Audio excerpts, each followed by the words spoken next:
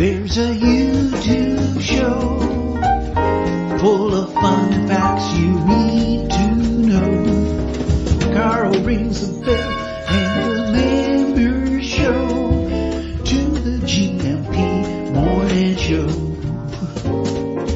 Featured guests will come and they will blow your mind. The audience will do so in kind. The little vanity mixed with some insanity on the morning show with GMP.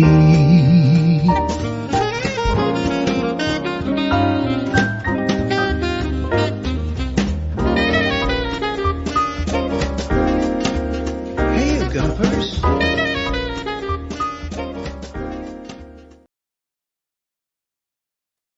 It might help if I put myself on the screen. Hola, bon dia, Gria. Munson here from expatsportugal.com with the Good Morning Portugal live stream, show and podcast. What's happened to me this morning?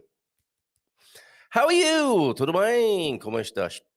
Wherever you are in the world. Now, some people were in America yesterday, and now they are in Portugal. Let's have a quick look at these pictures from Jean. This is an image that a lot of people dream about and live for. First decent coffee, says Jean. Padaria Lisboa. Even at the airport, you can get decent coffee here in Portugal. And Jean is arrived, everybody. Isn't that fantastic? The ascent out of New Jersey yesterday. Look at that. That plane's at quite an angle, isn't it, with that particular shot? But thank you very much for that.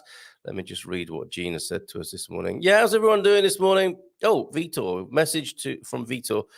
Might be closer to 9:40. Well, thank you very much. I'll have to change what I put on the screen. Vitor Costa, our man in the north, of course, joining us, I thought, at 9 o'clock.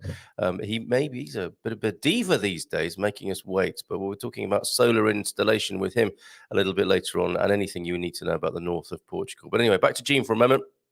Esta volta em Lisboa. So has arrived in Lisbon. Fantastic. Very bumpy trip across the pond. Ooh, another arrival in Madrugada. So no arrival pics. New York City as seen. Oh, that's New York City as seen climbing out of Newark aboard TAP A321 Neo aircraft. And a real coffee at the airport there. Isn't that, it's these little things in life, isn't it? Here I am, I've arrived at Lisbon, cup of coffee, cup of Joe, Portuguese style, cup of Joao, you could say. Okay, fantastic. Let's see who's here this morning in the chat. And yes, on this matter of, hey, I need to change that ticker tape, don't I, just to avoid any complaints later on in, on YouTube. He said at 9 o'clock and he wasn't there till 9:40. So let me just change that very quickly. I'm going to say at around 9:30, all right, for the sake of appropriate advertising of the forthcoming attractions here on the Good Morning Portugal show. There we go. Joining us at around 9:30 a.m. is Vitor, our man in the north. So let's get that scrolling again. They see me scrolling. They hate it. How are you? Let me know. Do let me know in the comments. How are things? Have you had any solar installed at your yard, your manor, your home here, your quinta here in Portugal? We haven't really done enough about that. We know that Pete's got a massive rig and is even, nearly in the position of being able to sell it back to the grid of Portugal, to EDP. But I don't think they're moving especially fast there. Slow and steady is not winning that race yet over there in central Portugal with Pete. But I'm sure if Pete joins us, he'll have a few things to say about solar, like do it and charge your Tesla with it. But I'm interested to hear from anyone who has dabbled at all in solar, even if it's just the first steps, I suppose, can be those little solar panels and a little bit one of those generators or, that sort of thing. Which will save you more and more, increasingly bigger savings to be made by generating your own electricity, right? Bom dia, Alegria Gumpers. Bom dia e uma bela e ensolarada Lisboa. So beautiful and sunny Lisbon this morning. Isn't that nice for Jean to arrive into? And T-Duck has got some Portuguese proverbs for us this morning. And Owen captured. Look, here's the portrait of the man. There you go. There's the T-Duck there. And a few folks from the meetup yesterday. Look at that lovely light that we had there. No pictures of the sea, I don't think, or the sea view that we had. Pictures of the lovely Gumpers amassed yesterday for the Silver Coast meetup. Thank you for those, Owen. Great to see you too, and the doc and Leona. And I think maybe 25 people overall from about 1 till, well, it drifted on, didn't it? A lovely afternoon. I was still there at 4 o'clock yesterday. Very leisurely afternoon. You're all very welcome to the Silver Coast meetup. Do please join us on a Wednesday between 1 and 3. And it may well be that Palmera is the choice for us now, because there's so much to do around there. The hospitality of Nelson is extremely good. Here we go. This is the, let me just take that comment off the screen and you'll be able to see what we're talking about. Yeah, the Silver Coast weekly meetup. And Nelson, a great host. There's a lovely sun deck. There's a covered area as well if you need it.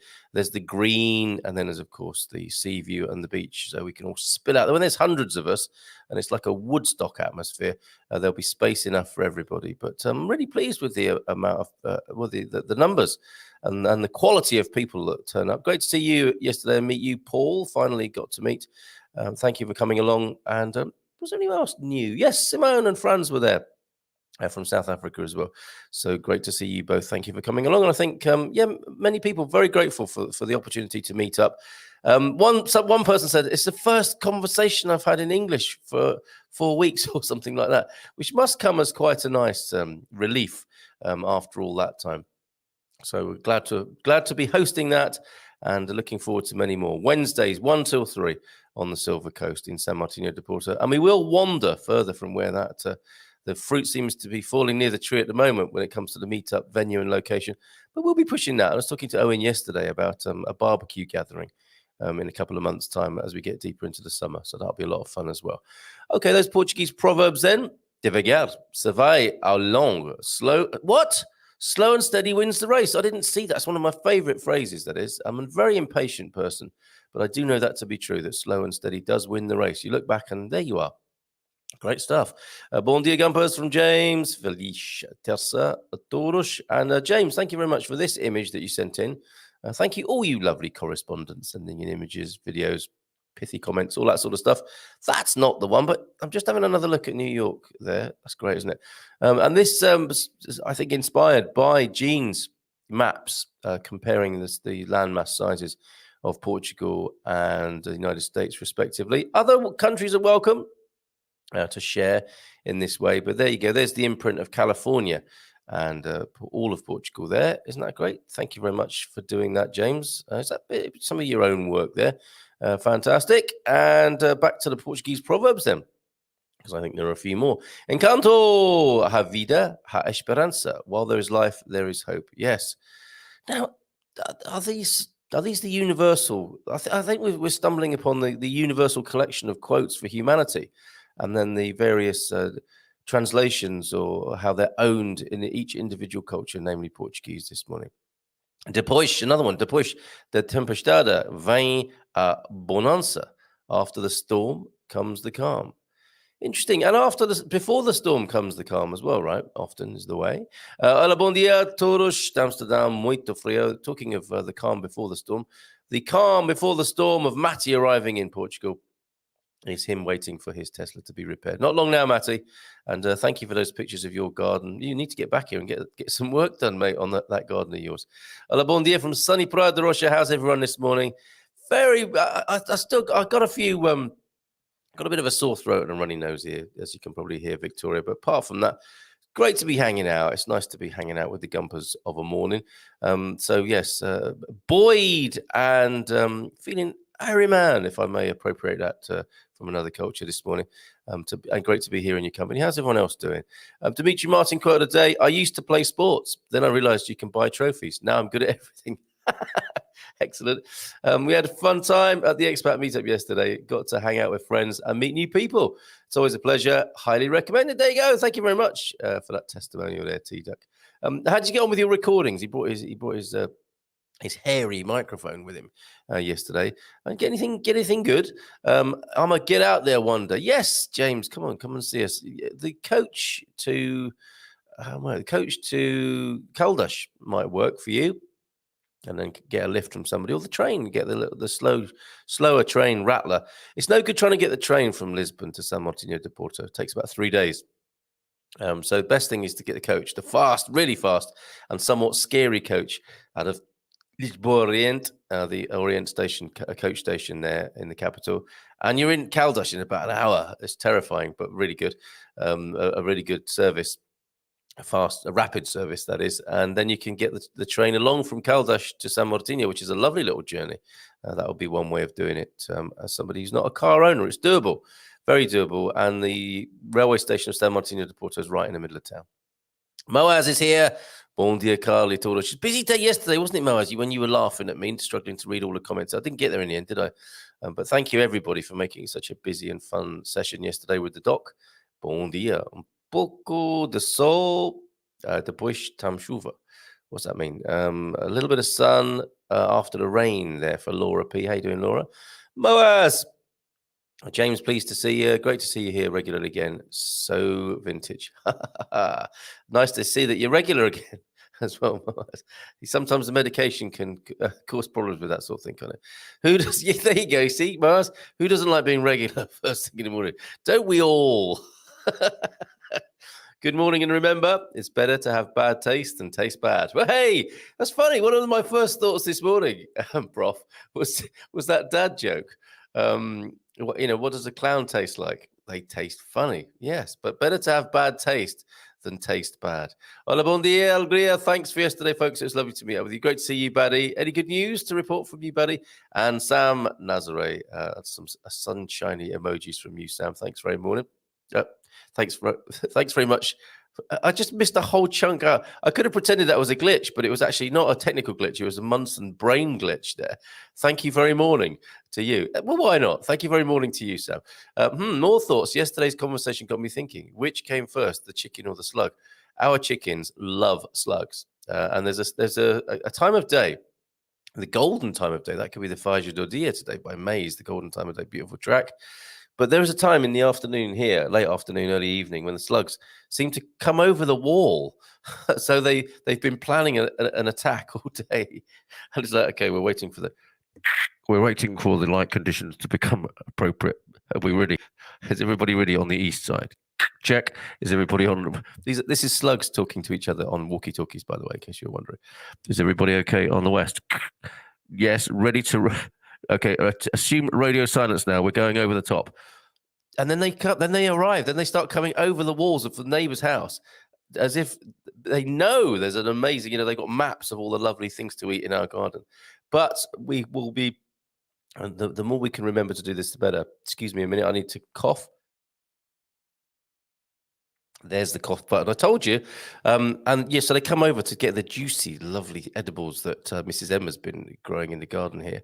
But we can pick them off the wall as they abseil in their own way, as they abslug their way down the wall, pick them off and chuck them into the hen enclosure. Jobs are good and done. Yeah, the circle of life continues. They name this show. Stop, James, please. They name this fruit after me. Still haven't changed your name. Yes, it takes up a lot of space in the comments. If you could just change that back to James, I think we could shrink the whole comment stack by about 30%. Bon dia, Todos. Happy Thursday, all. Francis is in again. How are your festivities and celebrations yesterday, Francis? Hold on, just quick tweak on me. On my blue, not my blue screen, my green screen here. It's fizzing a little bit, isn't it? And there you go. You go that way, and you do that, and you go that way, and I think it's the sunshine. Can't complain about that though, can you? Sunshine's playing havoc with my green screen this morning, but I'm good with that. Hi, Jandis, Helena, Mitchell, Buddy to us. I saw you yesterday, but never got a chance to say hi. Big turnout. We pretty much took over most of the spaces at Palmera. I think we did, didn't we? And what would you say, about 20, 25 people? Sam, I leave them for a week at a time. Plus, I love watching Carl trip over it repeatedly. I thought you might derive some twisted pleasure from this, James. Don't worry, it'll be different again next week. Please, can I request that it be shorter? Rather than even longer now. Well, YouTube hopefully have got a limit on that will limit your shenanigans in the comments. Bon dia, Algria Gumpers. Cindy, great to see you yesterday as well. Okay, I think it's time for a little bit of this, isn't it? Boom, boom, boom, boom.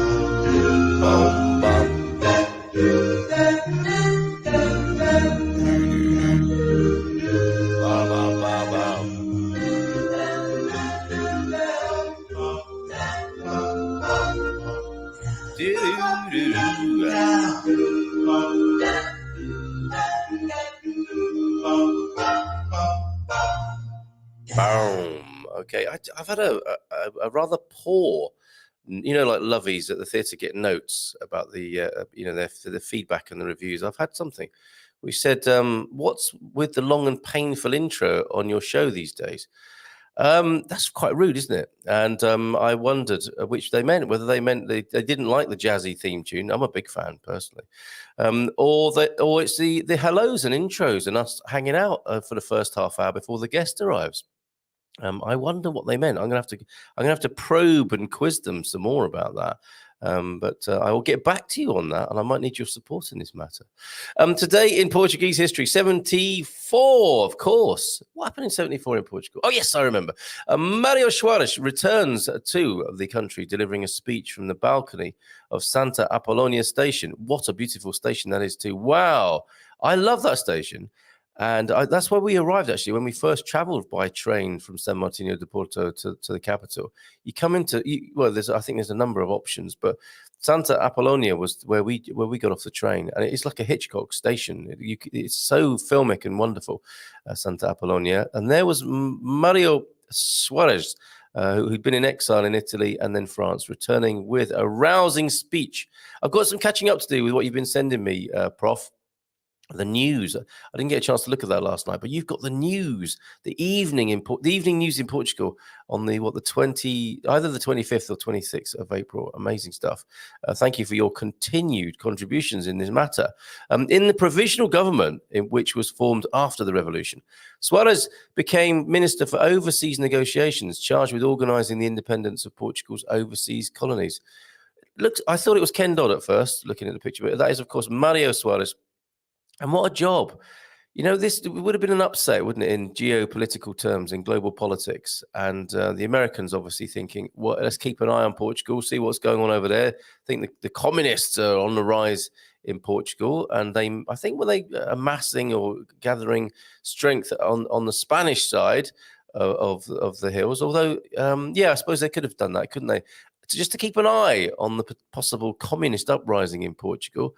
And then Portuguese, this gentleman, Soares, becoming Minister for Overseas Negotiations, flying around the world, arriving in various parts of the world. I wonder how quickly they were able to go to the United Kingdom and the old ally and say, look, things have changed. That agreement we made in 1386 is all good. We're all good. But there's been an eruption, as Bob Hoskins said in the Long Good Friday.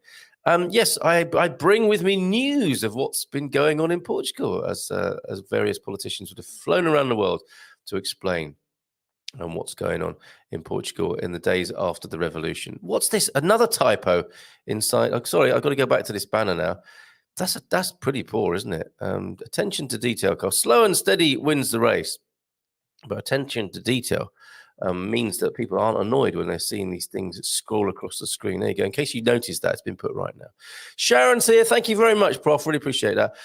Good morning. I can't wait to learn more about solar. Well, let's see what Vitor comes up with. I tried to do some of my own research. Has anyone got any good links about solar in Portugal?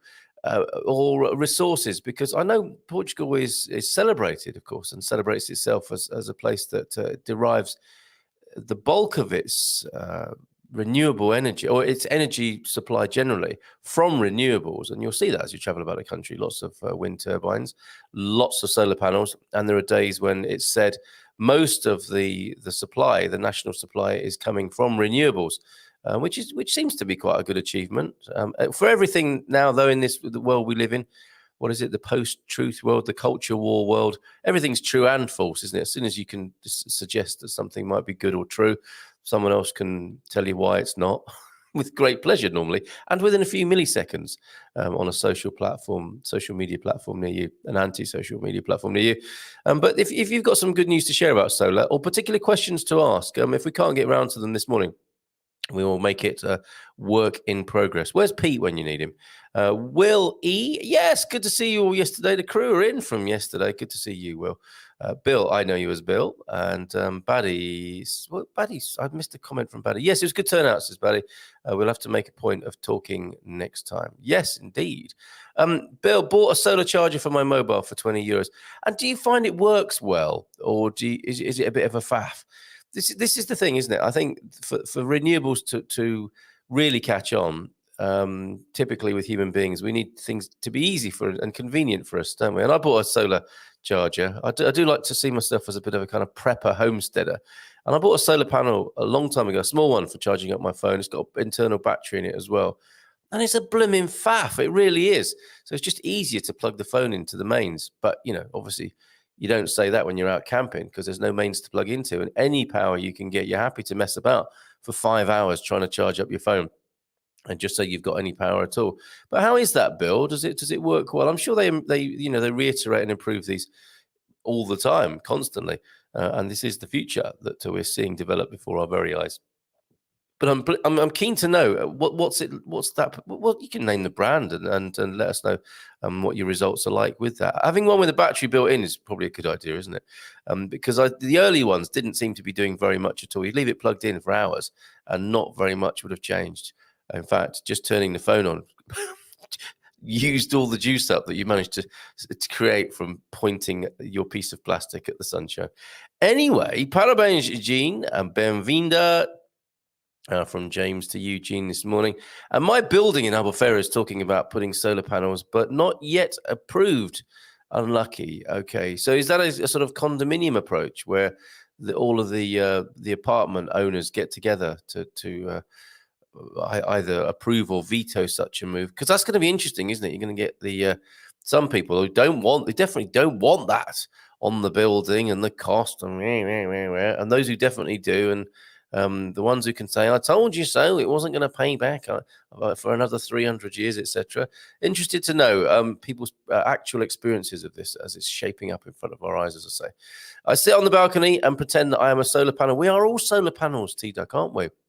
We are absolutely solar panels. It's just that we don't kind of charge up and go into. Well, actually, some of us do go into sleep mode. It's true. So we are.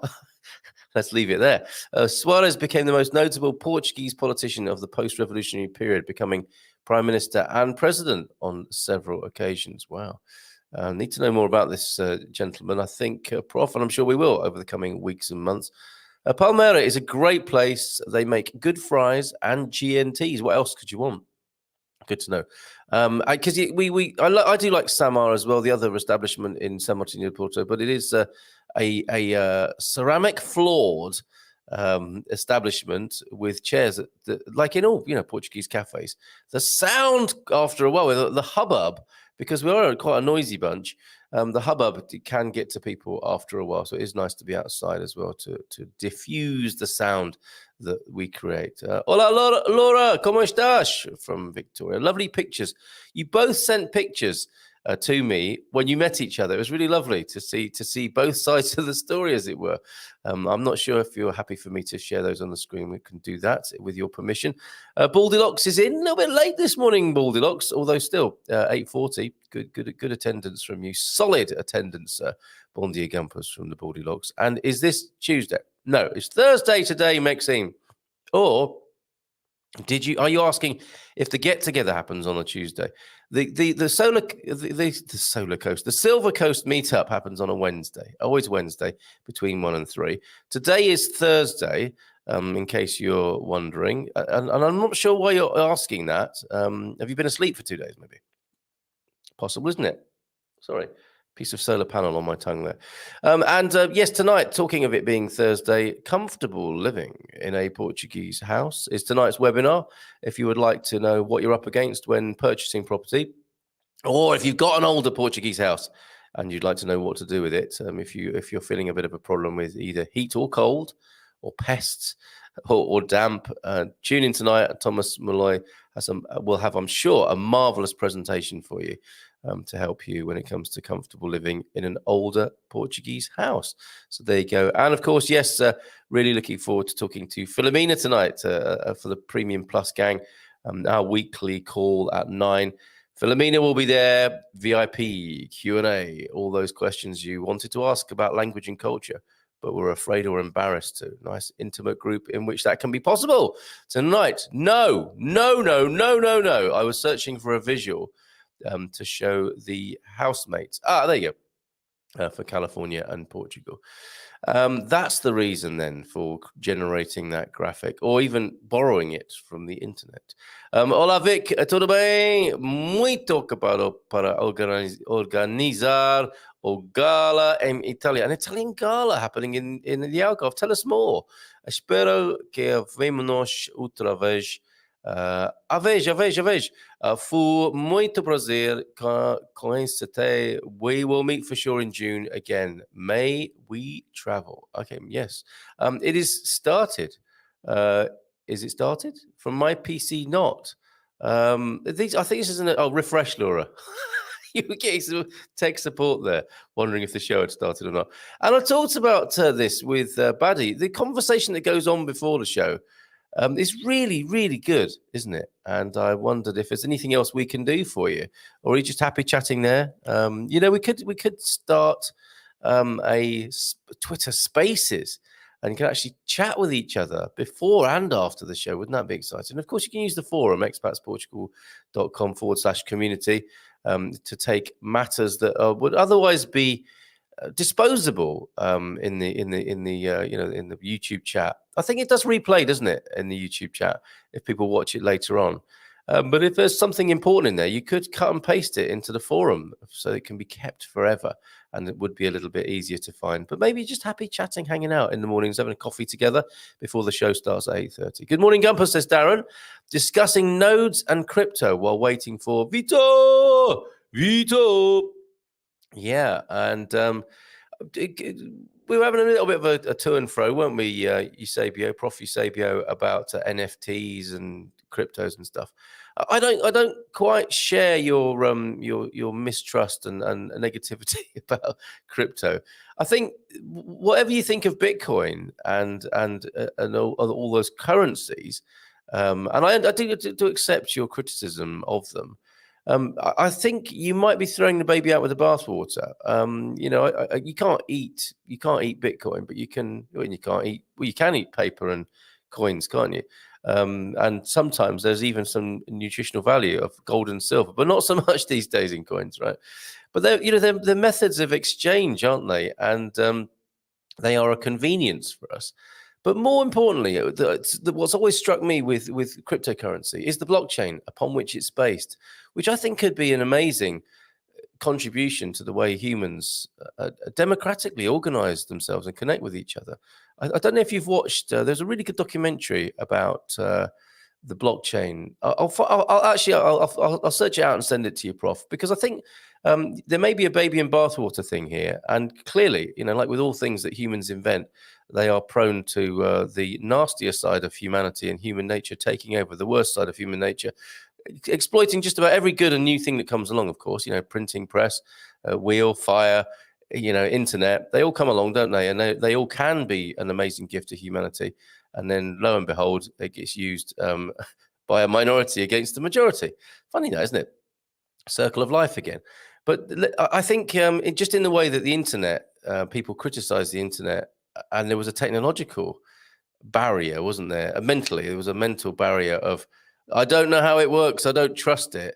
And people still don't know how it works. And now they trust it to a far greater extent, or they did. And there's a curve, isn't there, of like, wow, this is amazing. We can do all these sorts of things on it.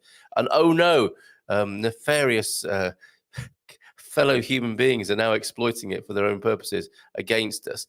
But I think the same is true of crypto and of the blockchain. We only the really bright and dedicated and committed will understand how it really works.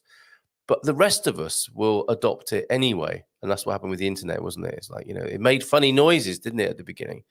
And we didn't know whether we could trust it or not.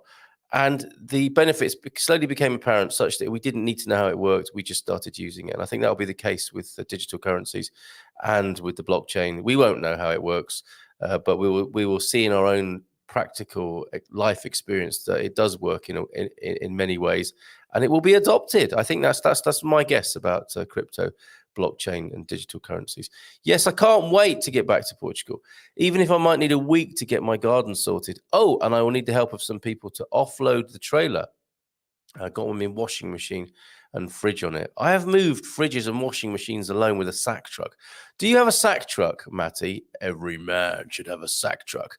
Refresh, Laura, refresh. Tech Cowgirl and I are both watching while Magnus is bone chewing. Magnus! Morning, mate. Good boy. Easy now. What's that bone like, fella? I just sent Carl a Texas-Portugal comparison. And the problem is I can't even fit it on the screen. Texas is so big, it won't even go on the screen, T-Duck. Hola, peeps. How you doing, Nubianette? Were you with us yesterday? I'm not sure if you were, because I read out the lovely news of you being a neighborhood auntie. That was really lovely that you mentioned that to us on YouTube, so I included that yesterday. Okay, I am listening from my phone. Well done, Laura P. Sorted out now. So do the Slugs prepare the attack a day earlier? Yes, they've been planning this all year. Go, go, go, fast as you can. 3 days later, they breached the wall. Very good. Very good, everybody. Jean's in as well. Morning, Jean. How are you doing? Bon dia. Another day in paradise. Well done, Andy. With that experience of life in your part of the world. And Andy, but let me just see if I can share this with everybody. Bayrada.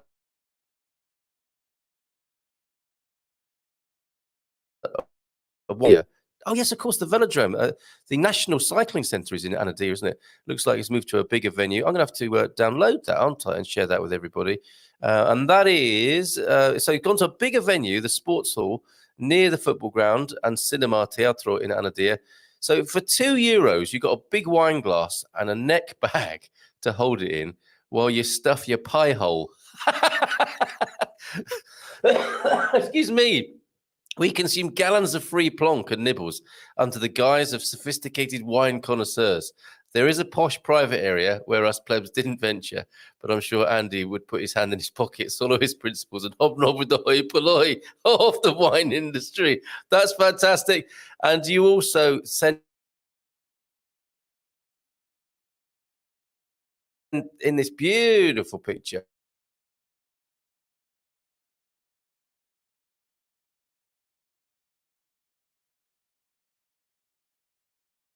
wonderful image here, Andy. I'll come back to that. There, trying to load that. Okay, I think we're back. I think we're back in business now. Okay, yeah. Car, motorcycle, auto jumble, and vehicle show. Thank you very much for these, Andy. Really, really good. So a couple of posters just to put up to complete on what I'm talking about there, and I'll tell you a bit more about this auto jumble because it's big. It's really big for people. This you might think to yourself, the last thing I need is a solenoid off a 1957 Model T. But some people really go out of their way to find such things. This is the that is Aquina Bayrada. That's the wine festival then, 7th and 8th of May. Thank you so much, Andy, for these. Really, really good. Nobody can keep up with you, I think, when it comes to sharing event posters. You're the champion. And do you see what I did there? I'm laying down the gauntlet a little bit for the competitive ones among you to think, you think that's a good show of posters and events? Just wait and see what comes from the Algarve or wherever else, the north of Portugal or Lisbon. So, yeah, other posters and events, very welcome. It's a really important part of the show here. So, drink and taste the best wines and flavors of the region there. El melhor dos vinhos e sabores da região. Excellent stuff. 7th and 8th of May on the, the Saturday and the Sunday from 3 until 9. There's a €25 ticket, but there's also a little baptismo de ballon. And free children are free. You get a free child with every €2 ticket there. And a copo de prova, a testing cup for €3. And there's even a espresso infantil while you're getting bladdered. All the kids will be looked after by the sound of it, or at least be given a few plastic toys to play with. That is the Aqui na Barada wine festival and gathering there. And then the auto, look at this beautiful poster. Thank you very much for this, Andy. Automobilia. The 21-22 Maio 2022, this year, of course. 20th, 21st, and 22nd of May in Aveiro, with a little bit of backing there from our partners, the Automobile Club or Club Automobile de Portugal. Oh, no, actually, no, that's not, is it? That looks like a slightly different club there. That's the Antique Automobile Club. Crikey. of the Aveirense. Okay, so it's my bad. I thought that was the ACP logo there, but that is the Antiquated Automobile Club of Aveiro. There, what a fantastic lino cut sort of style poster we've got there. Very nice. Whether you like motor vehicles or not, that's a beautiful poster. Look nice framed, that, wouldn't it? The oldest, largest, and most iconic fair in Portugal, dedicated to the collection of road transport and beyond, will be back on May 20th, 21st, and 22nd, as usual, at Aveiro Expo in Aveiro. This is the 28th Automobilia, which will continue to assert itself as the leader in the theme of fairs and exhibitions dedicated to collecting and the history of transport. Isn't that amazing? There will be more than 300 exhibitors of various nationalities. There are people getting really all around the world to come and take part in this, to either sell or to buy, or probably a bit of both. An immense collection of motoring parts, accessories and equipment, car and motorcycle parts, tools, technical documentation. Yes, those Haynes manuals of all kinds from around the world, right? Clothing, advertising, vehicles of all kinds, and in various states of conservation. So some really nice buffed up and fully restored vehicles to some proper old bangers, memorabilia linked to the world of transport and motorsports, miniatures, and much, much more. Plus various food and drink stalls, obviously, this being Portugal, and hopefully, as usual, some motorsport events. Doors open to the public on the 20th from 3 till 9, on the 21st, 10 in the morning till 9 in the evening, and the 22nd of May from 10 in the morning until 8 in the evening. I haven't got a price for entry there. Maybe it's free. Is that a free entry event there, Andy? Back to your comments as we await the arrival of Vitor Costa. See, he says, 9:40, no, 9:30, no, and he'll probably just turn up any minute now. Okay, thank you very much, Andy. On to Fiona. Morning, everyone. Must go get the animals fed, but we'll catch up later. Fiona, any luck with any help coming your way? It was so lovely to chat with you on the Monday gardening show. I love the jazzy intro, and Carl, you reading the comments distinguishes you from other YouTubers who ignore the comments. Indeed, it's my niche, possibly, isn't it, as well, to actually pay attention and care for people who bother to watch your blooming show. It's not much to ask, is it? Maybe they were suggesting the format of the show was a shorter intro to the guest and comments from everyone afterwards. Don't know, Sam. Don't know, but I will continue to discuss that with them. I'll take all feedback seriously, if not for very long. I do take it seriously. The jazzy intro and comments make it feel more community or local. Yes, thank you very much, Gene, for that. And bon dia on a late start today. How you doing, Brian? And to Vitor from Darren, Costa has me thinking about using solar on a carport to charge an electric vehicle in Braga. Okay, so this is interesting. He seems to be really getting into this, does the old Vitor Costa, the solar and the electric vehicles and so on. A man of many talents, he certainly is, and he will share just a fraction of them with us this morning. Buyer's agent and helper up there in the north of Portugal. In case you don't know who Vitor, our man in the North Costa, is, you will experience him. He's a phenomenon. He'll be here today on the show. On moving to Portugal Thursday, I haven't said that today. Well, this is, our theme on a Thursday is about moving to Portugal. And he helps us once a month explore the possibilities up there in the north of Portugal. And now moving to Portugal and setting up a little bit of a solar installation. Stay tuned for more. Bon dia, Gumpers, from Sarah. Talking about you yesterday, Sarah, with the wonderful Paul, who's a keen cyclist as well. He may well be in touch with you. Good morning, everyone. Good morning, wonderful community. Cheers, Noon. How are you? And Carl, please keep your style. Okay. I will. Yes, that's all the encouragement I need. Cheers, Susie Q. Bought a foldable panel about the size of a paperback and ran my BlackBerry on it. Will likely bring it to Portugal in my suitcase. It worked well, so that's good, isn't it? And so and enough to juice up a BlackBerry, so to speak. It was about 35 Canadian dollars. Oh, now that reminds me. We have some important news in, don't we? Currency is what is this? Let me you know me. I don't really. I'm not. I'm what's the adjective I'm looking for? I'm dyscalculic or something like that. Numbers just befuddle and confuse me, and I'm not a detail person. So this is an absolute nightmare talking about currency. I'll let the experts get on with it, and I will. I will do that now. So. We often have an update, don't we, on the currency? But however, we're currently at 5-year highs for customers selling US dollars and buying euros. So that you need to be aware of. And I'll bring you more information about that. Let me just see what information I can find here. Okay, US euro at 5-year high, while GBP pound euro drops by nearly 3%. The US dollar has continued to strengthen, unlike the euro and the pound, which have remained under pressure. The US dollar is still the safe haven of choice, with intensifying fears over China's COVID lockdowns. They are grim, aren't they? Or certainly the pictures I've seen, the videos I've seen.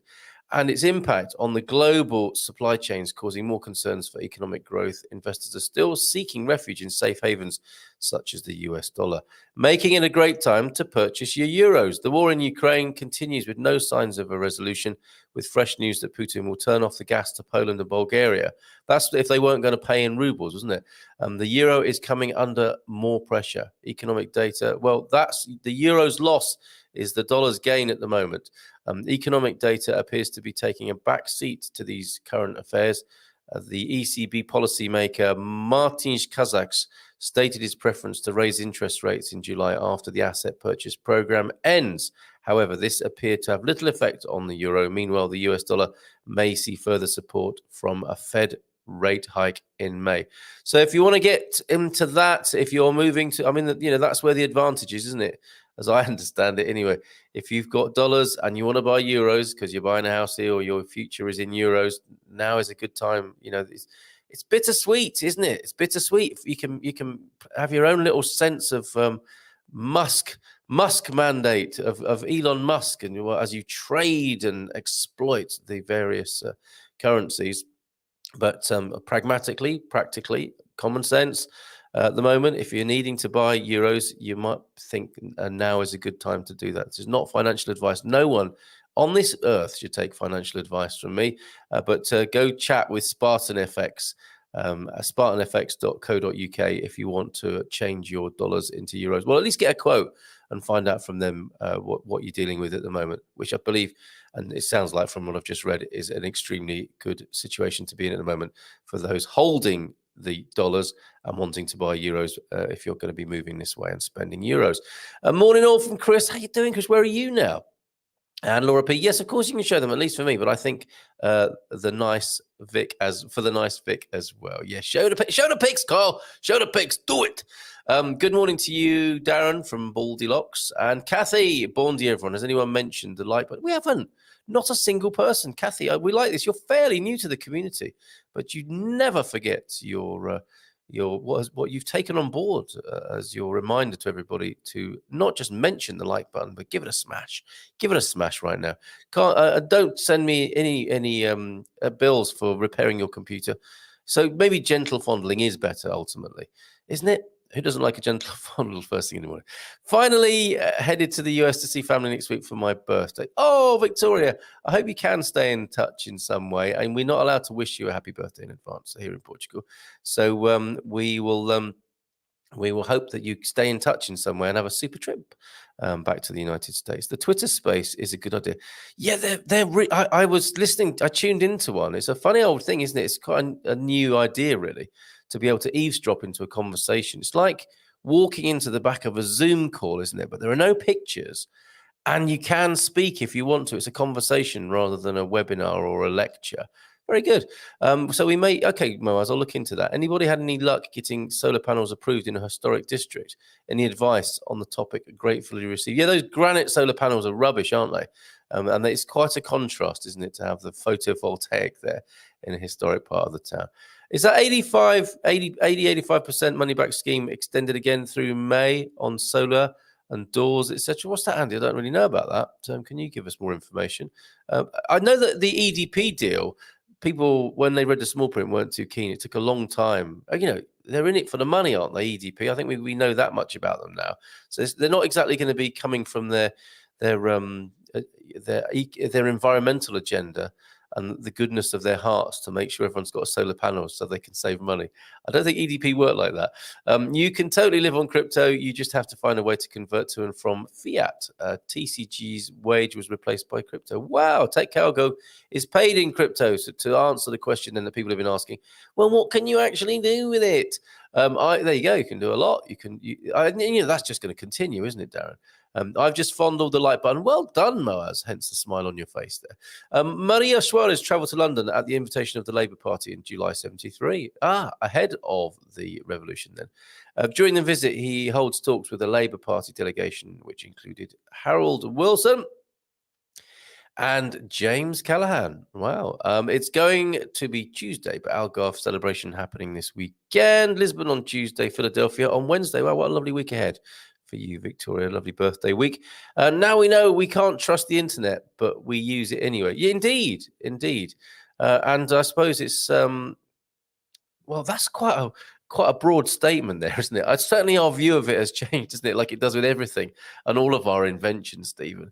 And I suppose we're in a battle now, aren't we, to make it safe for when we need it to be safe. A bit like walking out of your front door, I suppose. You have to prepare yourself, don't you, to be in the world. And I suppose it's the same for the internet. All of these inventions go through that curve, don't they, of not knowing what on earth it is, not trusting it, using it and thinking, actually, this isn't so bad after all. And then some other characters some bad players emerge, which make you a little bit more careful. And then it's kind of set, isn't it, for the rest of human history? A bit like going into the market. I could be talking about going to the marketplace or going onto the internet, couldn't I, in that scenario there? But yep, I think that's where we are at the moment, Stephen. Morning to you. Tantalizing Thursday. Oh, Gary. Looking forward to tonight's meeting. 5 sleeps to go to. You're back in the country. Excellent. And great in this morning. Owen, great to see everyone at the Silver Coast meet yesterday. Yeah. Owen tell everyone about your cake that you had, Owen. It's pretty special, wasn't it? At the end of the talks, both delegations issued an extensive joint statement in which they state that Marcelo Caetano cannot be recognized as the legitimate representative of the Portuguese people. Wow, look at that. And Owen, how are you from Victoria? All the better for eating a very interesting cake yesterday, among many other things, Victoria.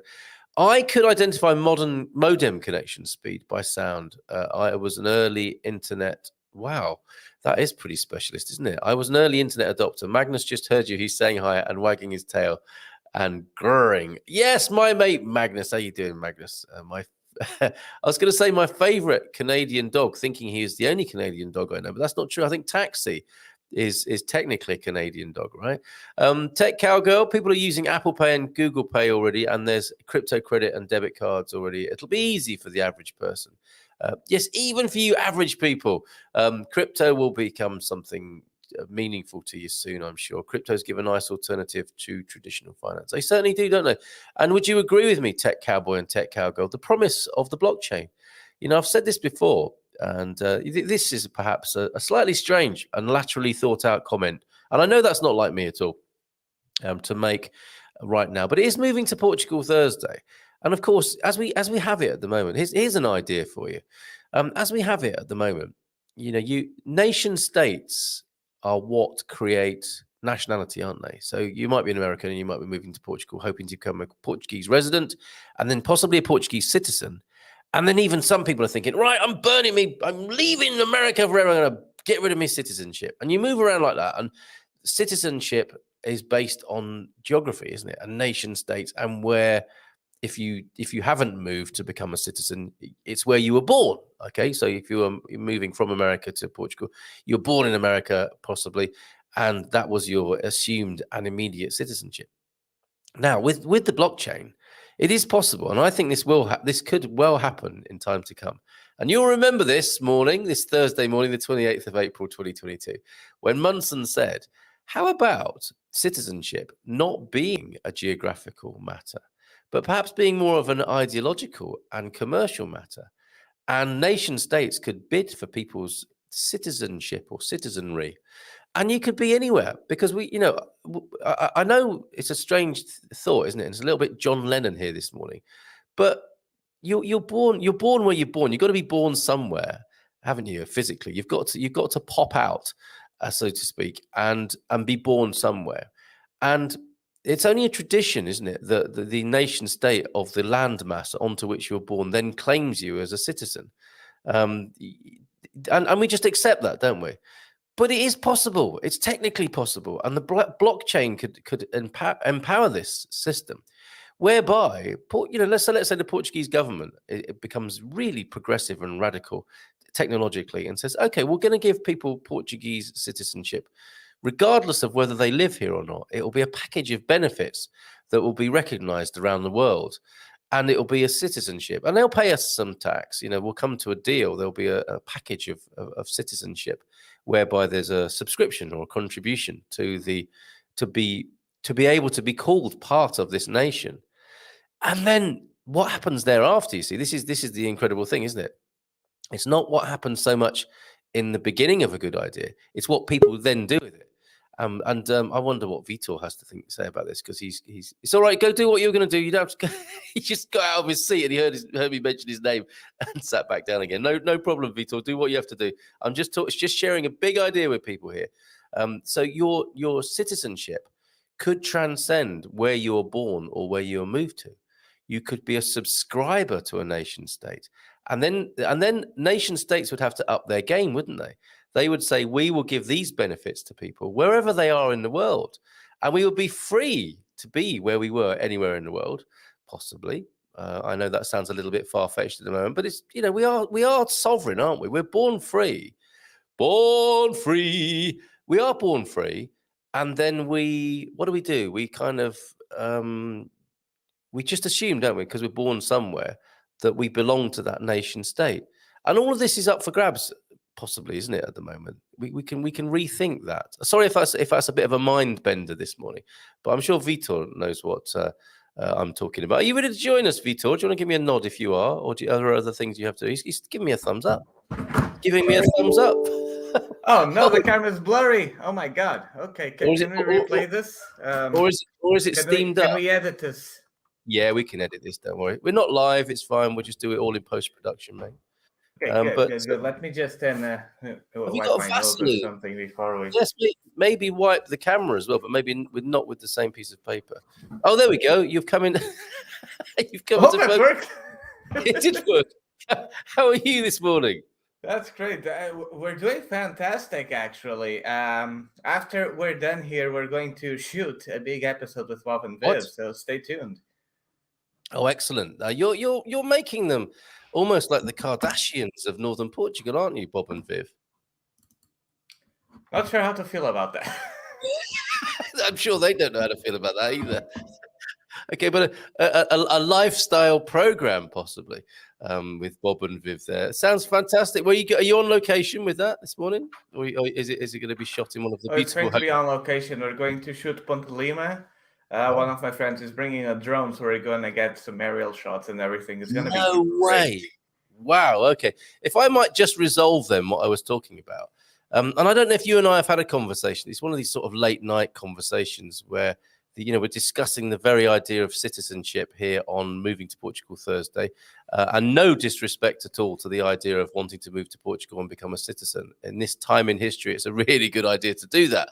But in the future, do you think nation states might trade their citizenship, and you could be based technically anywhere in the world, but you subscribe to a country identity for benefits from that country in a way that some, the rich do that already, don't they? They might have a bunch of passports with various taxation advantages, but there may be a different scenario in which many more people can subscribe to being part of a country's citizenship conceptually, and to get certain benefits. And then that would cause nation states to raise their game, wouldn't it? All the ones that spend too much on defense, you could say, are like, well, no, I don't want to subscribe to a country that spends so much money on killing people. I'd rather subscribe and be a citizen of another place. The blockchain could make this possible, couldn't it? Yeah. Did not expect to talk about this, but that's an awesome conversation topic. Yeah, that can definitely happen. One thing that I feel would probably boost something like that is when eventually we colonize other planets or whatever. And so there starts to be a bigger divide, right? So it's not really, hey, I'm Portuguese and you're from the UK, or I'm Portuguese and they're American. And so, we create these nationalist things. Yes. And then when somebody goes to Mars, we're like, oh, but we are Earthlings, right? So they're the guys from Mars. So it would be easier for us to band up together because we would have someone else that's more different than us. But that being said, when it comes to governments and all of these things, my opinion is that,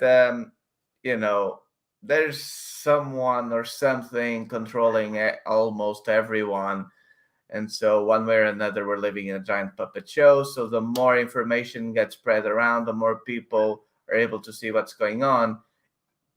Inevitably, we're moving more in the towards transparency. And I'm already seeing that with business, right? So be it real estate, or you sell, a product or a service or whatever it is, the businesses that now are the most honest are the ones that are succeeding. Because way back in the day, just selling your thing would be what matters, I suppose. And so even if you scammed someone and then, they regretted it later, hey, you already got the money, now you just, rolled over into something new because it was easier to scam people and maybe make a new company than keep going. But now, if you do something like that, your name will be tied to it, right? Yes. You'll start growing a reputation, and social media and everything, everybody will know what you've been doing. So the businesses that really do serve the client, that are there for them, that go above and beyond, overpromise and overdeliver, then those got referrals, and it just snowballs, right? So Absolutely. when it comes to these government things and identities and citizenships, I think when all of that is also, more clear and transparent, then probably we'll start heading more towards that. Yeah. And it's doable now. The technology is rising. It's a road that's rising beneath our feet, isn't it? And so these companies, right where you are, you're sitting in an electrical matrix of energy. Human conception. The government is onto us. They are. It's a no-no, isn't it? Please, web designers, please don't do music on your websites that plays automatically, because it can really cause problems for people like me. Oh my God! You reminded me of High Five, which was kind of like our MySpace. Yeah. Oh yes. Well, and that would just greet you with a load of sound and music with it on arrival. Yes, and you couldn't find where it was. At least now we have the little thing on the tabs on the browser that tells us which ones play music. But wow. Yeah, that was useful, wasn't it? Now, to carry on with this conversation about transparency, here in Portugal, I don't know if you know this company, Isto. I featured them, I think, earlier on this week, and I think they're amazing. They are doing exactly what you talked about here. They're telling you what they make on the clothes that they sell you and how they spend the money, the cost they have, what they spend money on in the process. Awesome. It's an incredible company. Vitor, I'm so impressed with these people. They make beautiful clothes for men and for women, and they tell you exactly how much it all costs, how much they make, and you can make a decision for yourself then, can't you, about how good they are and whether you agree with their sense of priorities. And that to me is a perfect consumer and producer marriage. Well, I don't know if you can ever get complete transparency where humans are concerned, but this goes a long way. And if you look at another example, this is the I suppose ethical apparel end of things, where you could argue it's a little bit easier to do that, and for the people who are interested in this sort of thing, it would excite them. But if you go to the other end of the market, a more unconscious and traditional end of consumerism, Coca-Cola, if they actually produced some data and had a website like this which showed you how much money was spent on production, ingredients, what the ingredients were, how much goes to the shareholders, the marketing and all that sort of stuff, that would change, wouldn't it? I mean, people know that about Coca-Cola, but they would never declare it for themselves, would they? I mean, I think they kind of have to report that on the 10Ks and everything, so... Sure, but they don't produce it as a method of creating business and loyalty among customers. Right. Ishto have taken it to the people here, haven't they? So we want to tell you how we roll here. This is exactly what we do. This is what you're up against when you deal with us. And I was thinking when I was looking at this is fantastic. Their clothes are great, and their ethic, their approach is great too. Who wouldn't want to build a lifelong relationship with these people? So there you go. Yeah. Ishto. Isto And is those things tend to be very close connected. Like for example, there was one time I went to a restaurant here in Ponte Lima called Pica Pau. So actually, it was I think it was with Bob and Biv and Karen and Andres and Desiree. And I think it was with Desiree that we went there first. I might be wrong, but we went in there, and when we were in front of the restaurant, I looked inside, and just by the way, like the tables were, how clean the place was, I was like, okay, this place probably has good food. And it did, because I'm very picky with restaurants. I have worked in the kitchen, I have worked as a waiter. I know that there are a lot of restaurants that really don't care. So yeah. Well, I think this transparency is a phenomenon we welcome, and we hope it grows more and more, and that the people who are behind the business have the confidence and strength and time to put towards it as well, so that they can grow their businesses. Fantastic. Yeah. What's this? Doom and gloom predictions. You'd be better off getting advice from a gypsy woman with a crystal ball. What's he talking about? I think there's a massive chunk of comments we are not familiar with. I dragged you in somewhat unceremoniously. I didn't ask you how you were. I didn't ask you where you were or what you've been up to recently. So how are you, Vitor? And how I'm is doing North? terrible. Thank you very much.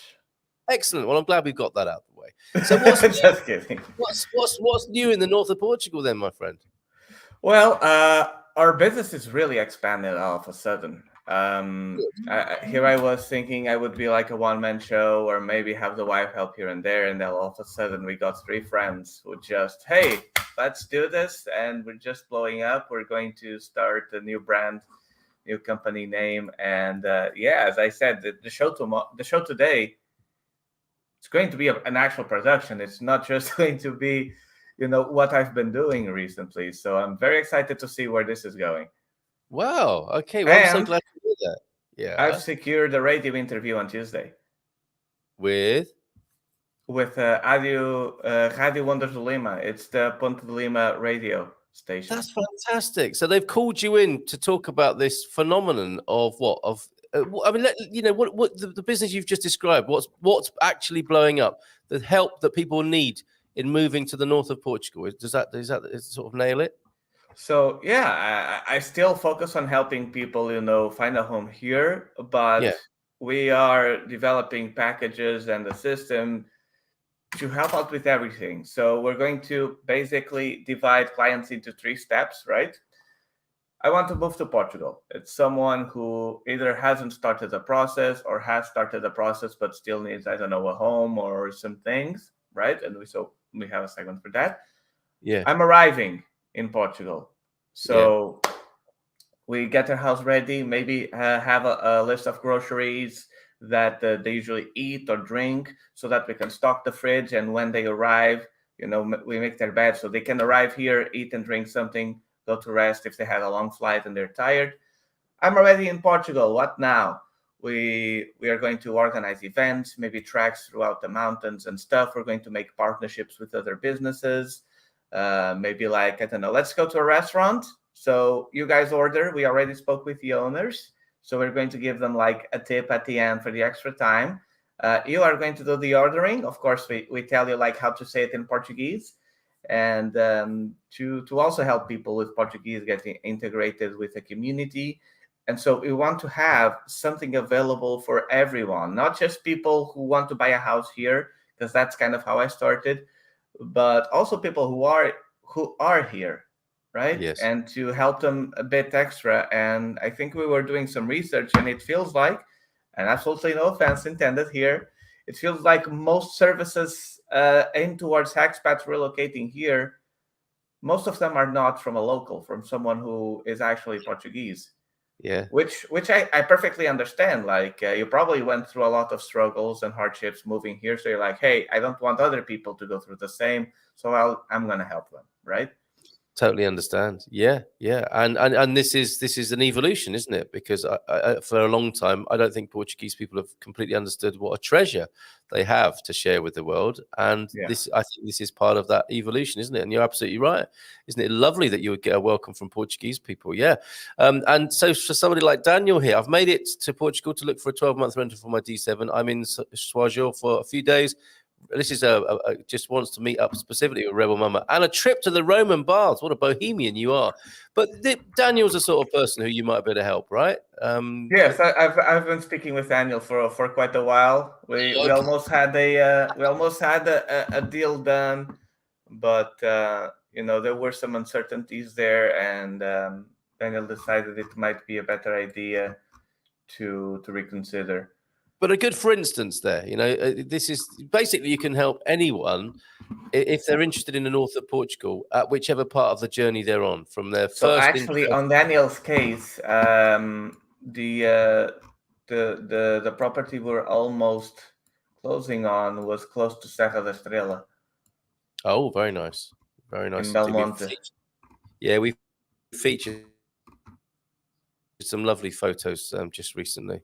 Okay, so let's go to a few comments. Let's see if we've got any questions for Vitor this morning in the north. You're talking from Ponte Lima, I suspect, this morning, right? Yes. Olá, pessoal. Slept in because of a late. There it is, Ponte Lima, right there outside. I can only see a window, my friend, but I'll take your word for it. He got into 5 of 7 art colleges and picked one in New York City. Woohoo! New York, here I come in August. Yuck. New York in August? Is that a bit sort of hot and sweaty then, I suspect? You should see the size of my cousins in Texas. Okay, send in the pictures. I grew up in Germantown. Say hi to the, what's this, Shukil for me? To Victoria there. Message to pass on from Sarah, please, Victoria. Happy Thursday. Cheers, Jess. Great to have you here. I'd say the more I learn about crypto, the less I trust it. We're having quite a struggle here with the prof. He's being a bit of an old fart about crypto, I think. It's been a while since I heard that expression. Okay. I never have enough change and I always hoard euro coins when I get them. Well, yesterday I discovered that some Millennium branches have multi-bankers that dispense coins. Score! The €2 is an especially good coin, I think, but I didn't know that. Did you know that? The ATMs in Portugal dispense I haven't coins? seen a coin ATM yet, no. But I know there are some places like in Nazaré, they have these machines where you can put like a 5-cent coin or 1-cent coin, and that presses the coin into a metal. Oh, yes, that's right. And you can add value. But it costs you €1 to do it. That's the thing. Yes. It's quite a clever machine. Eat a big soft pretzel for me. So another request from Sarah there. And yes, lots of mornings and conversations. Let's go through here. Cheesesteaks. What? Westchester, Wayne City Centre. Not sure I'll be having a soft pretzel, but definitely some cheese sticks from my favourite purveyors. Looking forward to go back to the old place and try a few of the old favourites there. Mario Suarez became the first messenger of the 25th of April in Europe, visiting the capitals of the EEC member states, as it was called then. In London, Harold Wilson and James Callaghan. In Bonn, Willy Brandt. And in Rome, Pietro Nenni. Excellent stuff. Thank you. What an exciting time to be Mario Suarez and moving around in Europe, meeting fellow politicians. Carl, that my neighbour auntie comment might have been the day before, but I was so feverish yesterday. I'm sorry to hear that, Nubian. I hope you're feeling better now, but I'm not sure. Sadly, it's just a cold. Rude. Sadly, it's just a cold. My attempt to expose myself to more people. Oh, okay, so you wanted Omicron or something. You wanted a decent COVID variant, but you only ended up with a cold. Cheated. In Helsinki, he meets the 4 leaders of the Scandinavian social democracy: Olof Palme in Sweden, Kalevi Sorsa in Finland, Tigrevi Bratelli in Norway, and Anka Jorgensen in Denmark, but not Suze. Where is Suze this morning? Busy, I guess. Thanks, Prof. Bon dia. Can you repost the wine event? Yes, I can, just especially for you. The Barada wine event. Aqui na Barada, bebe e saboreira. Do you have anything to tell us about in the north of Portugal, upcoming wine festivals or anything like that? It seems to be the time of the year, Vitor.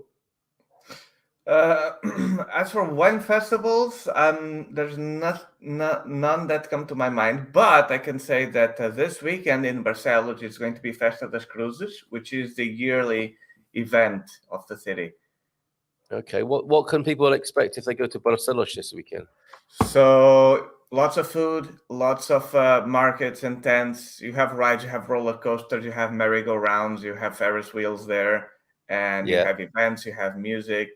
So let me actually see if I find here the Well, I've got it. I think I have. I think I've got the image for the Festa das Cruzes. That is the festival of the crosses, then, is it? Yes. Literally. Yes. Okay. And let's bring that onto the screen now. I'm glad I asked you. Here it is. It's a huge program, Vitor and Yes. Barcelos, where the cockerel comes, the iconic cockerel that you can see to the side of me there.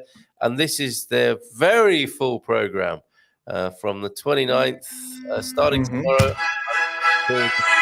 Oh, you're on hold for a moment. It's like being on hold in the 1980s. There you go. That's a Festa message. Yes, you're a busy guy. I see what you mean about all this business coming in. Okay, back to the comments then. And lovely to meet you yesterday, Owen from T Duck. Pleasure to meet you. We're looking forward very much to future conversations there. And Moaz, Porto, we showed a beautiful video yesterday of Porto's Crystal Palace Gardens, a wonderful, most vibrant city. The historical centre has an astonishing density of monuments, churches, palaces, museums, you name it. Nice, welcoming people and good food. I think you've just come back from there, Joao F. Stand by for a message from me later on today, Joao F. The Aveiro Auto Jumble was €5, not sure this year is cancelled for the last couple of years, but back on this year as well. Go on, mate. What are you waving to somebody particularly there? No, You, Vito. I'm just popping up on top behind. Oh, the you're comments. just playing. We've got to talk about solar this morning, haven't we? I don't know. I do not know what is needed to charge my Tesla, but would love to charge it with solar. So, are you going into the solar business as well? Are you having an increasing number of inquiries about how to get set up with solar, how people can charge their Tesla when they buy it here in Portugal? Oh, it's not that I had a lot of people asking about it, but energy efficiency has a lot to do as well with how efficient your home is. But I've been talking to a company here and getting some estimates to get an idea of, for example, if someone wants to buy or rent a house that only has like an old gas boiler or a diesel boiler for either the heating or the hot water, then I can get a better idea of, okay, you can, if you'd like, invest this amount to get maybe a heat pump or a pellets furnace, or I don't know, just a normal cylinder. It will cost about this much, but it will save you about this per month, so that then it will be easier and more practical to make sense of a deal, right? Yeah. Because sometimes you buy a house as it is, right, and then you just negotiate some aspects. But some other times it's like, hey, we kind of like this house and it's kind of a good price, but we're concerned about electricity or this or that. And hey, you can actually install this equipment and that equipment, and then that would more options. Basically, I like giving people options, and there is also, I'm currently, not sure. Sorry, Yes? what is the best system at the moment? Because when people come to Portugal, they are confronted by the possibility of burning firewood, which they might not have done for a very long time, although it's a very attractive heat source, just aesthetically and Yes. viscerally, it's a really nice thing to be able to do. Perhaps not the most efficient unless you've got a back boiler. And these pellet burners are really popular, aren't they, here in Portugal? They're becoming very popular, yes. Is that because they are economical? Why has there been a sudden spike in those? That too. So now, in terms of the best system, it really depends on how many people, all of these things. Yeah. Actually, I can give an example. So we live here in a 3-bedroom, okay, and right now we have a diesel heating system. That's what the landlord had. We have to call in a truck to fill in the gas tank, and then it provides heating and hot water. We don't really use the heating too much because it kind of multiplies by 5 or more the consumption, right? So I went to a store and I got, basically to get an idea of what they would recommend, and he actually recommended like a hybrid system. So a heat pump for the the hot water, right, for us to shower and do the dishes and all those things, which on that case would cost around €2,000 or something. But in terms of energy consumption, it is very, very efficient.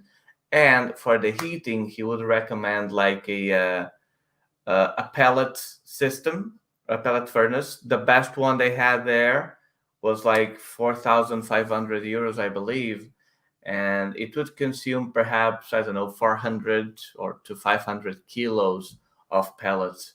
So like once every week or something, you would have to put in new bags. It had a self-cleaning system. So Yeah. it was a very fancy one. And the thing is, I believe pellets are also considered, green energy here in Portugal. And the government has some programs. I think they're about to end this month or next month, and I don't know if they'll renew them. Which, if you invest in green energy and improve the energy efficiency of your home, they can actually, refund you up to 85% of what you invested at a limit of 2,500. So it There can be it is. really interesting. Yeah, you can Yes. upgrade your home, have better, heating system and everything, and even get the government to subsidize a lot of it. Yeah. And Andy was talking about this. Yeah, 85% money back scheme is on the product and installation. Apparently, taking about 6 months to get the money back at the moment. So that's like quite a popular scheme. How would somebody take advantage of that? Somebody new in Portugal, they bought a home, they want to make that sort of investment. Where do they begin? How do they do that? Are the camera? Well, the thing is, since I have not done that yet, I can't tell you 100%. But there is a government website. The way the guy also explained to me is you need to do the investment one way or another, right? Yeah. And then you submit your application, and then just see if they validate it or not. You have to meet certain requirements, and then if that gets approved, then they send you the money back. Okay, fantastic. All right. And I interrupted you earlier on. You began to tell us more about solar and I think how you maybe got into it or became interested in it. I think that's what I was going to say, the 85% rebate. Okay. All right. And Portugal, of course, is noted at times of the year to be drawing its electrical supply from renewables, largely renewables, sometimes completely renewables. How it's always good to get a view from a Portuguese person as a representative of the Portuguese population. Is this celebrated, and is this a matter of national pride for people that there's so many renewables on the landscape, literally? Well, I do know that Portugal has been investing heavily in renewables, and like just close by in Vienna, we have a windmill factory there. And my favorite thing about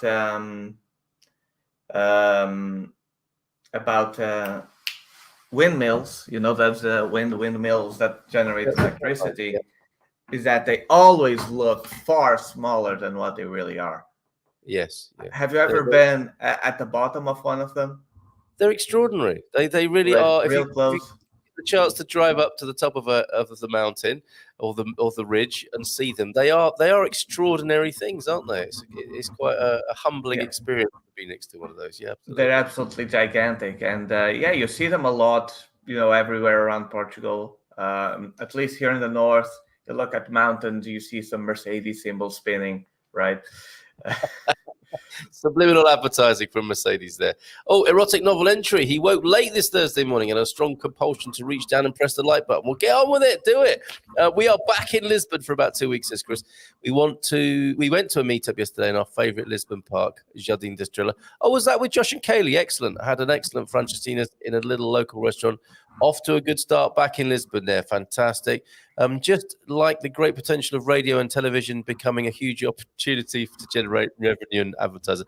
That's what we humans do, isn't it, James? We just have great inventions come along, printing press, wheel, fire, internet, and now the blockchain. And then we find some funny way of using it, perhaps not to the betterment of all mankind. She moaned, I love it when you press the like button. Of course, if you could find it, that is. Kathy, I dipped my toe into crypto 6 months ago and invested £140. It's now worth 45. Hodl, Kathy. Don't panic. I remain optimistic. Diamond hands. Yes. Do you remember the AMC fiasco in GameStop? I don't. No. Like it was about 1 or 2 years ago when, or maybe more, when some guys from Reddit noticed that GameStop stocks were heavily, and I forgot the term. Basically, the hedge funds were betting against it and drawing the prices down, and they were betting on it to fail. So it was messing up the whole thing, and they were over leveraged, so over 100% or something of the stocks. So what they all did is they all started buying GameStop.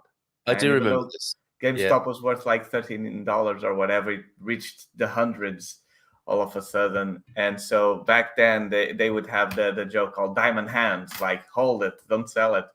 Yeah, well, there you go, Kathy. That's what you could do. Yeah, it's not the end of the world, is it? I suppose, and that's the thing with any investment. Only invest what you can afford to lose or say goodbye to. RESPECT is the Fajio de Dia track. Aretha is amazing. Good choice, says Joao F to Chris this morning. Citizenship based on societal value and responsibility. Interesting concept. Could be, couldn't it, Sam? I claim being an Earth-dwelling citizen. Yes, and you do need services. You do need nationality services, possibly. And countries would raise their game if they had to start bidding for you rather than assuming you as a citizen just because you were born in their landmass. No, citizenship is based off what the government can control. That's why the push is for one world government. Yes, I'm talking about something a little bit different, Darren, but I get your gist. He says cynically, it can be for good or ill. One of the reasons, but probably not both, right? Do not buy any NFTs, all right? That's almost verging on financial advice there, isn't it? Do what you want, but be careful, is what I would say. One might even say, Earthling living in a new location. I think I've heard that one before. Yes, another one of your long blooming names, James. Why we're looking to move is to avoid global taxation at 53%. Well, Jesus. Darren, in a funny sort of way, Portuguese taxation, and I'll be a little bit controversial, it is probably about 50% when you add it all up. But I get your drift. I get your drift. You may well get more for your investment here, as it were, taxation wise, in terms of a social structure. And, shorted. That's the word I was looking for. They shorted GameStop. Okay, you can continue. Blockchain, thank you. Blockchain has some really brilliant case uses, like tracking vegetables through the supply chain, and you could know if a particular basket was a safe temperature throughout its transit. So you see, there are great things you could do. Who wasn't woken up in the night and thought to themselves, if only I could track my vegetables? While I have problems, nation states, their constructs, creating a gig economy for citizenship sounds like a worse idea than crypto. Well, thank you, Prof, for your warm reception of my idea and innovation this morning. I prefer buying veg locally, and then you know what it's been through already. Yes, indeed, saves on carbon output. Really old school that. Yes, there's a thing. Buying vegetables from the market. Nations and borders are man-made constructs. Yes, but we believe them as though they were divine, do we not? We can pick where we want our citizenship now. That's why we're moving away from Canada to Portugal, because we fit better with the culture. Citizenship based on ability to participate and invest in blockchain technology might then be limited to those who have access to tech and funds. So citizen for those with resources. Just asking. Well, yes. But the thing with this seems to be that the crypto and the blockchain has liberated a lot of people who I think you might be referring to there, Gene, right? So certain African countries, I think the unbanked have found a new way to trade using blockchain technology, where you could arguably make the point that they have been excluded by banks because they haven't had enough money, or they're not the right kind of customer or whatever. And smartphone-based blockchain technology is allowing people to trade peer-to-peer. Is that right, Vitor? Yep. There you go. Simple yes. Thank you. I hope you're going to be more talkative on the radio tomorrow or Monday, whenever it is. We're not born free. We're born with a birth certificate documentation. This is the beginning of being sucked up into the system. Next comes the national insurance. Yes, of course. But this is just a convention and a habit that we've got into, right? They are merely a serving suggestion, but it's made concrete, isn't it, by our participation? I just think it's an interesting idea we're talking about here. Lots of CBI countries, Grenada, you say potato. St. Kitts, St. Lucia, they sell citizenship for investment in their country. Really helps the country. Yeah, I'm talking similar, but not quite like that. It's a little bit more progressive and positive rather than just purely for personal gain, which may not be different than any other system. Yeah, I have values I try to change where I live to reflect those values through participation in the community. No country borders is a good idea. Studies and research have shown that society is better when people aren't coerced to live in a certain place, have a certain job. Doom and gloom predictions are false. Vitor, so good to see you, my friend, says Francis. So, Vitor, do you have any more of an update before we talk some more about or talk through the comments that we've got here? Anything to report on this this phenomenon that you are and that you have drawn your colleagues and friends into now, this hotspot in the north of Portugal? Any news for us from up there?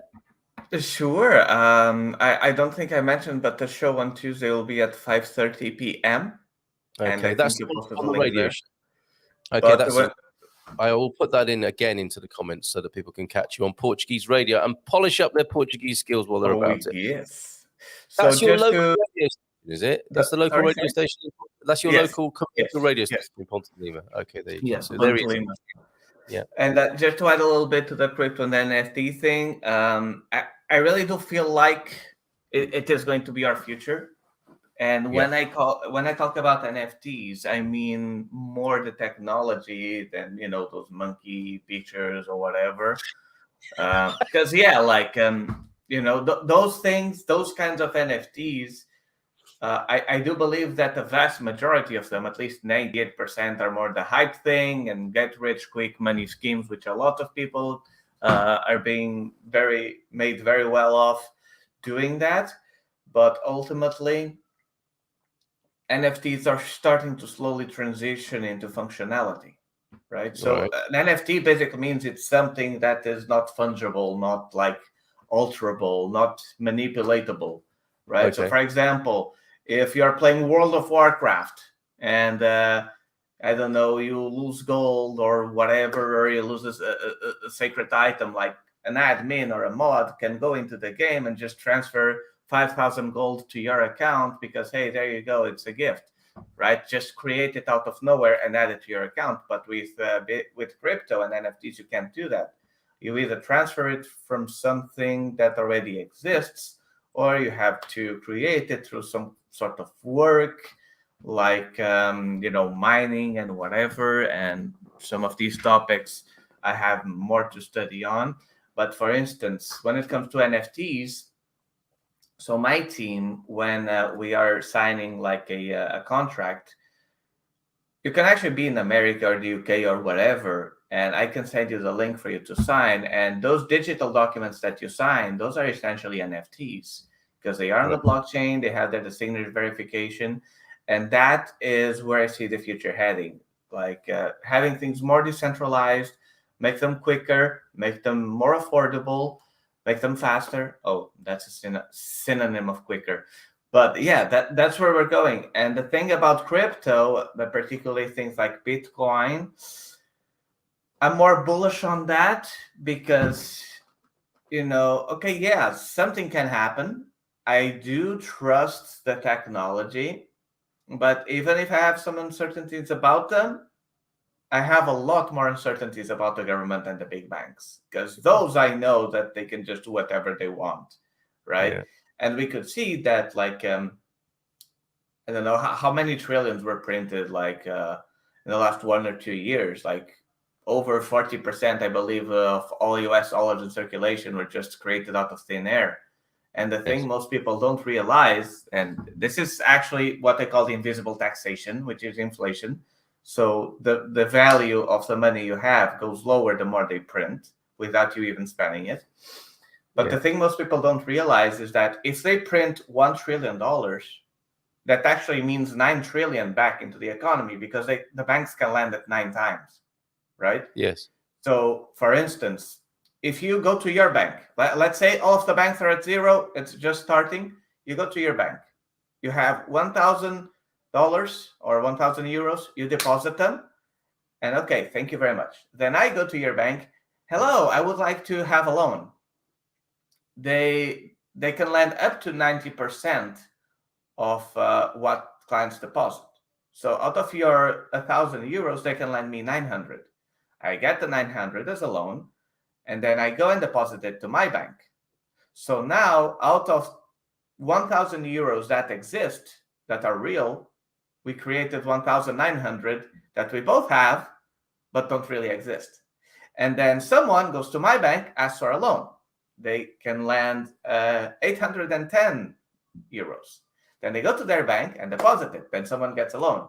So we can create, thousands and thousands of euros, theoretical euros, with just 1,000 real ones.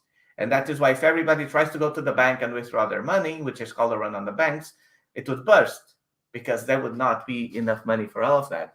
And that is why, like, crypto would kind of fix these issues, because, like, the most nonsense someone could do akin to this is if they created a new, what we call shit tokens, shit coins, right?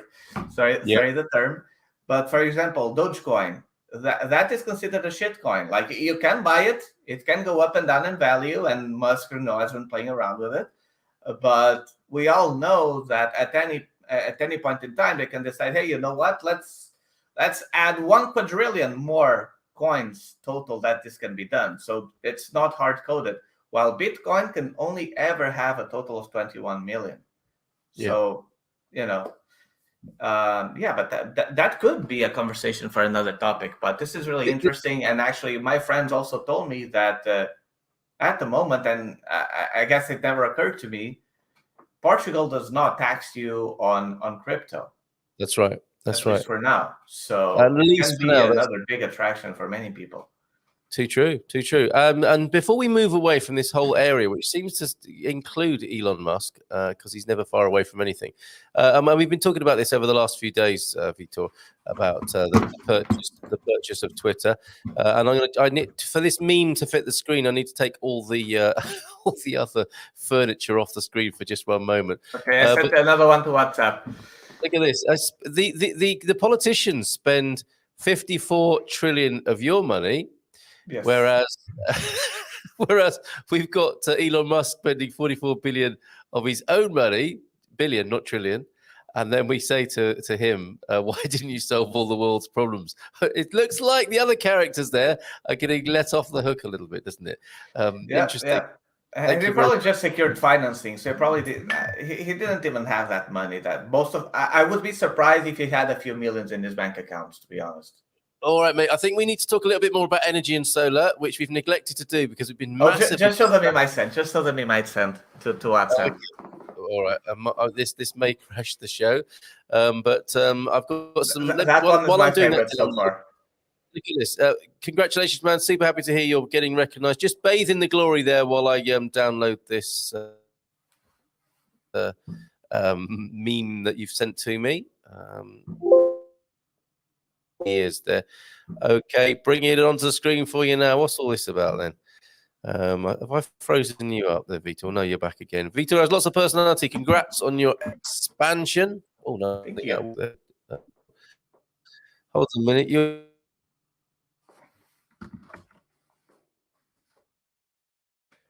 We lost Carl. Whose connection is getting poopy? Your Hello, Carl. Are you okay? Meme won't download for a minute. It's crashing the show now. Here we go. Let's just try one. They can now. You think?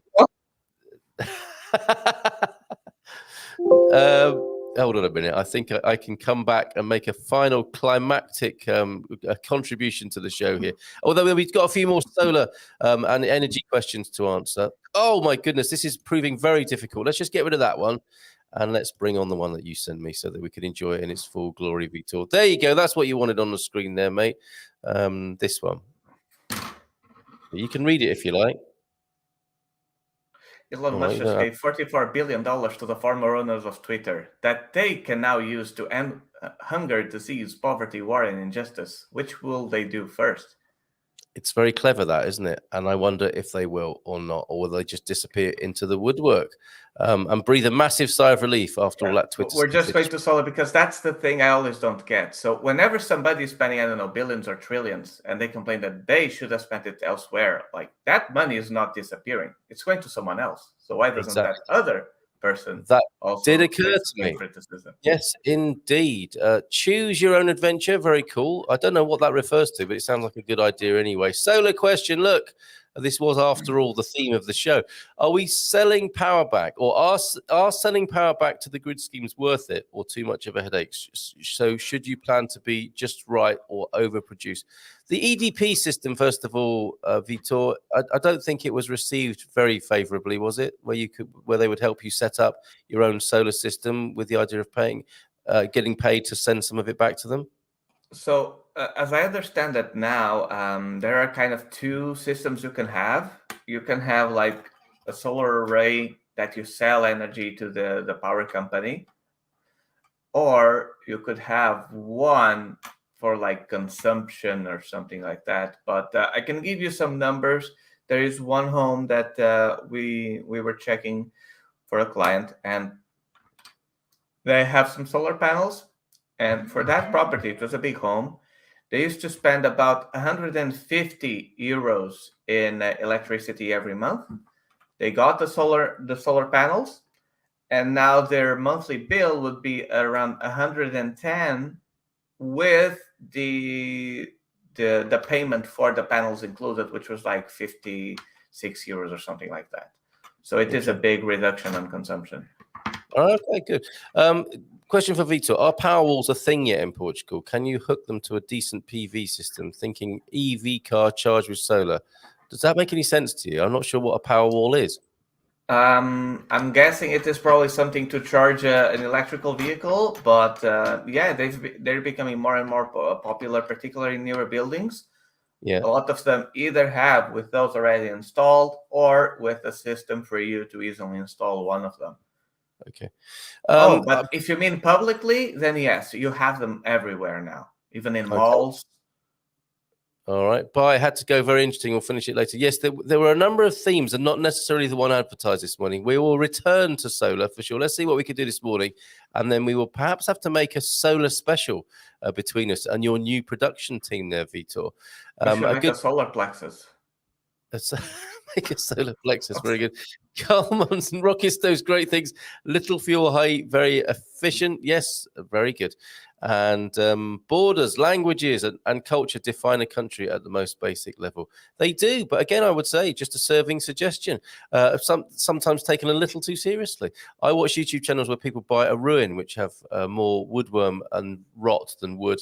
Get the bulldozer, keep the fascia and external walls, and upgrade everything else. Join us for the webinar tonight, Living Comfortably in an Older Portuguese Home. This is the radio station where you can hear Vitor next Tuesday. I contacted Tesla about getting a power wall and a solar roof in Portugal. They don't yet have service centers. They do have science centers, but not service centers there yet for those products. So can't get them in Portugal yet. Thank you. You've answered your own question in the household there, I think. Our electric bill from EDP shows where our electricity comes from. Last month was 100% renewable. Good work. Nice one, Tito. I got a pellet boiler for radiators from Italy and installed it 6 years ago. Best thing we did. So pellet boilers are really catching on in Portugal. Imported there and installed by Andy himself, by the sound of it.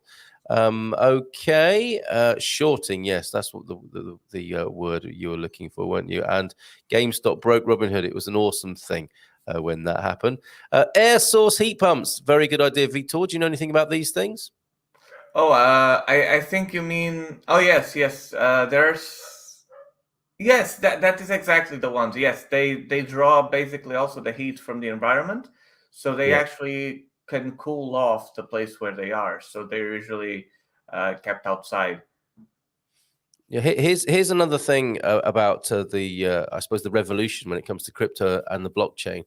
The concept of only accredited investors being allowed to invest in things should be abolished. Everyone should learn finance and invest at their own level. And crypto, I think, is, to be fair, offering people that chance. Yes. Living in Portugal, you don't need the blockchain to track your veggies. You just look at Yes. Yes, it's so true.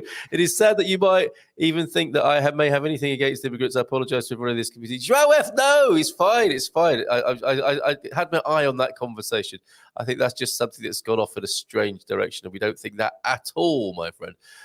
Central African Republic just made Bitcoin legal tender. Vitor, sad. you're hardly getting to talk about solar. It is.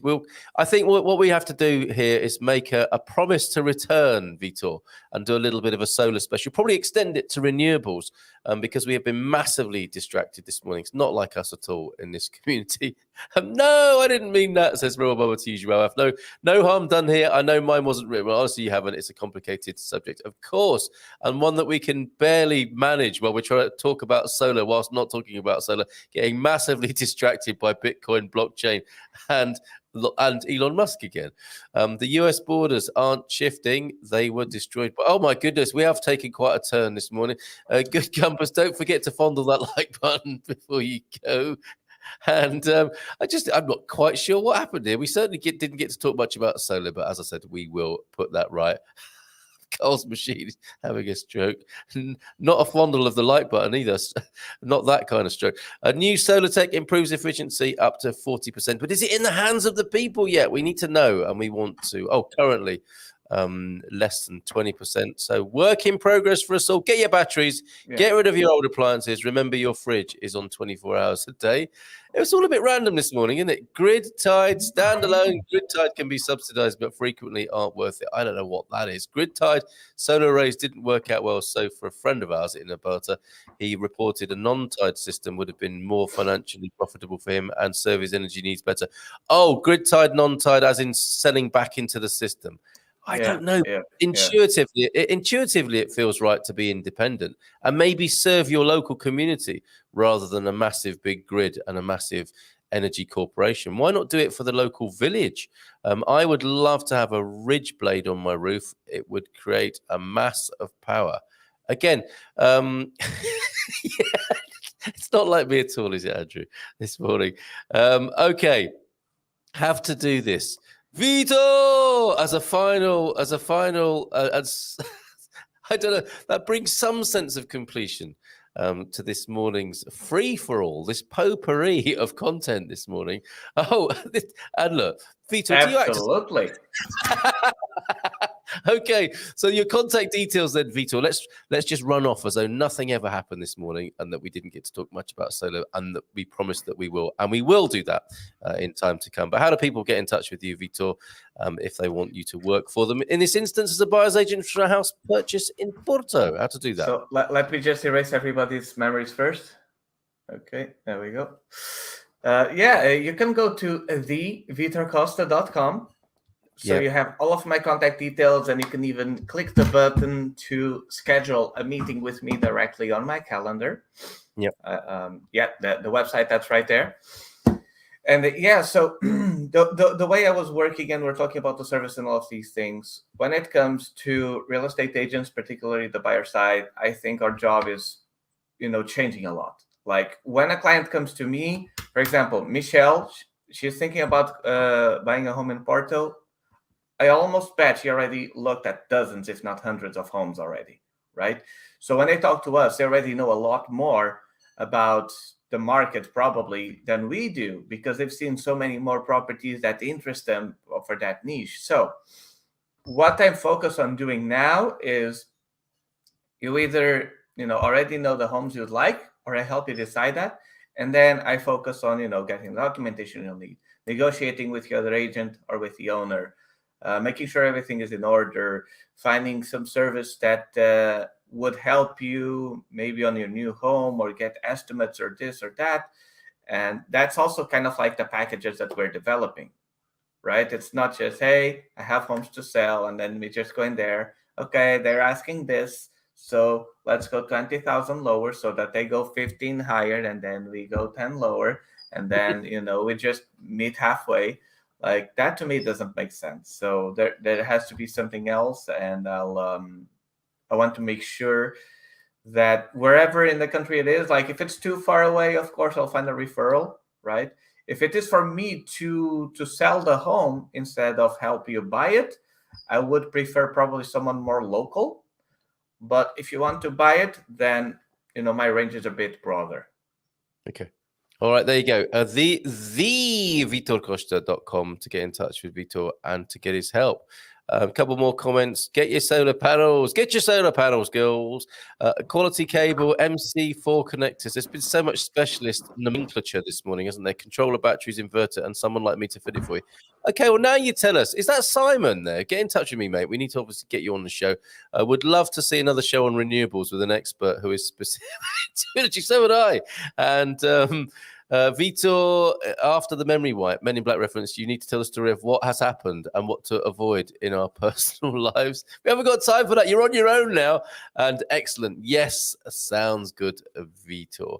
Okay, mate, we will see you again soon. Thanks for being here this morning. Have great fun on the radio show that you're on, a local radio celebrity that you are now. And keep on keeping on and evolving your wonderful business and spreading that love for Northern Portugal all around this amazing planet. Of course. I'll let you know when I'm on TV.